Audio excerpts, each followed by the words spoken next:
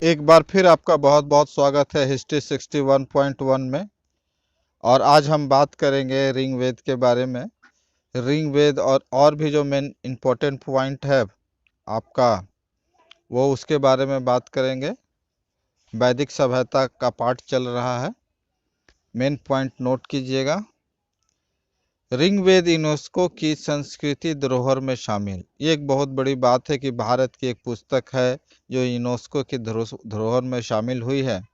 वह है भारत की सबसे प्राचीन वेद ऋग्वेद की 30 हस्तलिपियाँ यूनेस्को के मेमोरी ऑफ रजिस्टर MOW में संरक्षित करने हेतु 19 जून 2007 को किया गया है।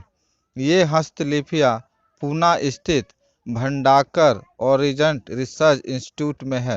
विश्व में दस्तावेज विरासत को नष्ट होने के खतरे को देखते हुए यूनेस्को ने 1992 में MOW की स्थापना की थी।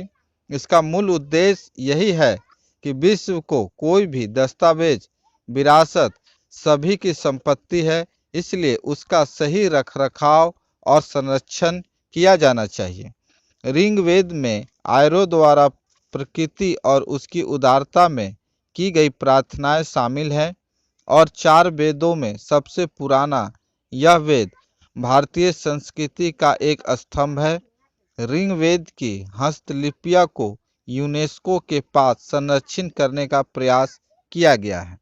अब ऋग्वेद के प्रमुख मंडल और उसके रचयिता के बारे में विस्तार से हम बात करेंगे।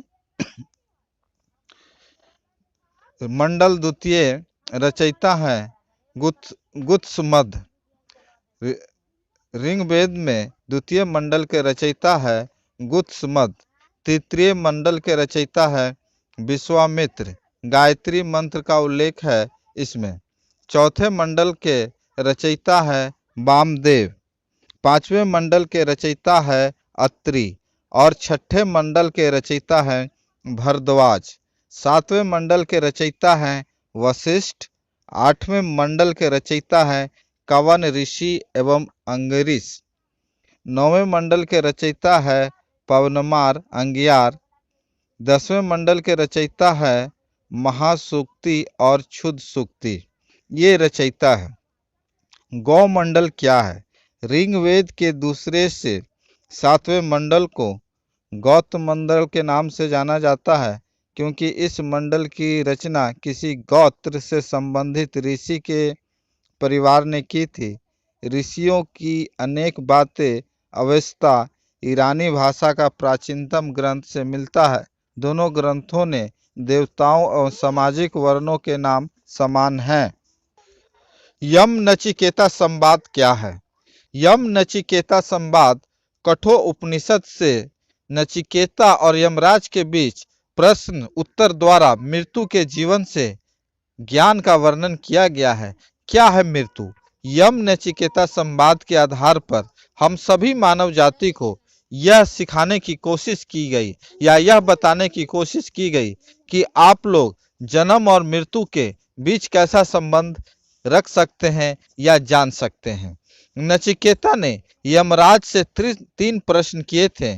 तीसरे प्रश्न के मूल में मरने के बाद क्या होता है, मरने के बाद जीवन है या नहीं, क्या मृत्यु अंतिम सत्य है, क्या मृत्यु से बचा जा सकता है। इन तीसरे प्रश्न को उस बालक के मुंह से सुनकर यमराज असमंजस में पड़ गए। ये बहुत ही महत्वपूर्ण प्रश्न है। इस प्रश्न का उत्तर काफी कठिन है, फिर भी आप लोग इसका उत्तर दे सकते हैं। नचिकेता का दृढ़ निश्चय देखकर उन्होंने उत्तर दिया, जो इस जगत के सभी चराचर प्राणियों के लिए ज्ञान और नॉलेज की बात है। प्रत्येक पेड़ पौधा, पशु पंछी तथा मनुष्य में आत्मा तत्व है। आत्मा परमात्मा का अंश है। मनुष्य जैसा कर्म करता है उसके अनुसार फल की प्राप्ति करता है। कर्म के अनुसार आगे की यात्रा का विकास करता है। जीवन के 2 मार्ग हैं। प्रेम मार्ग, जीवन के 2 मार्ग हैं, ये समझ लीजिए। नचिकेता संवाद में इसका पूर्ण विवरण दिया हुआ है। पहला मार्ग है प्रेयक मार्ग, दूसरा मार्ग है क्षेक मार्ग। अब प्रेरक मार्ग के बारे में बात करते हैं। प्रेरक मार्ग वह है जो भौतिक भोगों में फंसा है वह प्रेम मार्ग है, और जो अच्छे कर्म करता है वह प्रेम मार्ग है। श्रेय मार्ग क्या है? श्रेय मार्ग जो माता पिता एवं गुरु की आज्ञा का पालन करता है, ज्ञान अर्जन में लगा रहता है और भगवान का भजन करता है, वह श्रेय मार्ग है। जो आत्म कल्याण के लिए अच्छे गुणों को जो अपनाता है, अच्छे कर्मों को करता है, वह जीवन मृत्यु के बंधन से छुटकारा पाता है। यमराज के द्वारा कहे गए कथन सिर्फ नचिकेता के लिए ही नहीं, बल्कि सारे प्राणियों के लिए एक गूढ़ रहस्यमय शिक्षा है। यह जीवन और मृत्यु के रहस्य को स्पष्ट करती है तथा यह दिखाने की कोशिश करती है कि मरने के बाद जीवन का क्या अस्तित्व होता है। ये था यम नचिकेता का संवाद का मुख्य विवरण। अब हम बात करते हैं वैदिक कालीन प्रमुख प्रयुक्त शब्दों के बारे में, जिसका अर्थ है उसका शब्द क्या है और अर्थ क्या है, ये आप समझ लीजिए। राजा, राजा को पहले में गोप्ता कहा जाता था। ऋग वैदिक काल में राजा को गोप्ता कहता था। धनी व्यक्ति को गौमत कहा जाता था। जो व्यक्ति धनवान होते थे, रिच मैन होते थे, उन्हें हम गौमत कहते थे। दूरी, जिसको आप दूरी नापने वाला दूरी, किलोमीटर जिसको आजकल कहते हैं, दूरी को गवयुक्ति कहा जाता था। समय, समय जो है उस समय को गोधली कहा जाता था। समय को गोधली कहा जाता था। अतिथि, अतिथि यानी मेहमान जो होते हैं, जो गेस्ट होते हैं, उनको हम लोग वैदिक कालीन में हम गोहत या गोहन कहते थे।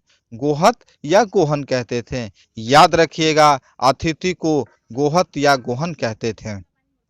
युद्ध और लड़ाई, वार जिसको बोलते हैं, उसको वैदिक काल में हम लोग गविष्ठ या गेसु कहते थे। गविष्ठ या गेसु कहते थे। युद्ध को हम लोग गविष्ठ या गेसु कहते थे। पुत्री, पुत्री बेटी जो होती है, उनको हम लोग वैदिक काल में पुत्री को दुहिता कहते थे। पुत्री को हम लोग दुहिता कहते थे। गाय, गाय को हम लोग वैदिक काल में हम लोग गाय को अघन्य कहा जाता था, जिसका वध ना हो सके। बढ़ई को हम लोग वैदिक काल में तक्षण कहा करते थे। तक्षण, ठीक है। जुलाहो को हम लोग वाय कहा करते थे। नाई को वाप्ती कहा करते थे। हलवाहा को किवास कहा करते थे। अनाज कठोर को स्वाति कहा करते थे। मरुस्थल को धनव कहा करते थे। अनाज को धन्य कहा करते थे। उर्वरा, उर्वरा जो है जुते हुए खेत को कहते थे। खिल्ले पशु चराने योग्य चरगाहों को कहते थे। कुल्या बड़ी नहरों को कहा करते थे। लांगल हल के लिए कहा जाता था।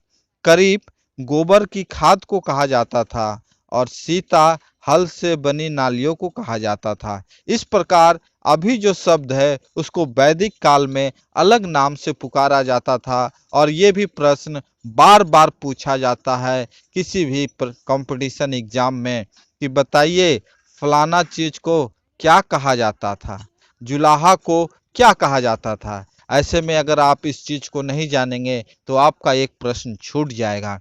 इसलिए कृपया करके ये सारे जो प्रश्न बताए हैं, सारे जो मीनिंग हमने बताए हैं, उसको बार बार सुन के याद कर लीजिएगा। दूसरी बात हम बता रहे हैं, ऋग्वेद और अर्थवेद में क्या फर्क है।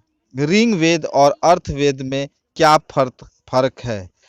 ऋग्वेद में देवताओं की स्तुति पत्र मंत्रों का संग्रह है और अथर्ववेद में उपचार अभिचार का मंत्रों का संग्रह है। पहला फर्क ये है। दूसरा फर्क ये है कि ऋग्वेद के मंत्र ऋषियों द्वारा रचित की गई है। ऋग्वेद का मंत्र ऋषियों द्वारा रचित की गई है और अर्थवेद में मंत्रों को सामान्य जन द्वारा रचना की गई है। तीसरा जो अंतर है, ऋग्वेद विशिष्ट जनजीवन को प्रस्तुत करता है और अथर्ववेद सामान्य जीवन को प्रस्तुत करता है। ऋग्वेद में वर्णित यज्ञ खर्चीले एवं उच्च वर्ग के द्वारा संपादित होते थे और अथर्ववेद में वर्णित यज्ञ कम खर्चीले और सामान्य वर्ग द्वारा संपादित होते थे। इस प्रकार हम कह सकते हैं कि ऋग्वेद और अथर्ववेद में बहुत बड़ा फर्क है। इसके साथ ही ये वीडियो समाप्त करते हैं। अगर आपको वीडियो अच्छा लगा तो लाइक और शेयर जरूर करिएगा और याद रखिएगा चैनल को जरूर सब्सक्राइब कर लीजिएगा। इसके साथ ही जय हिंद, जय भारत।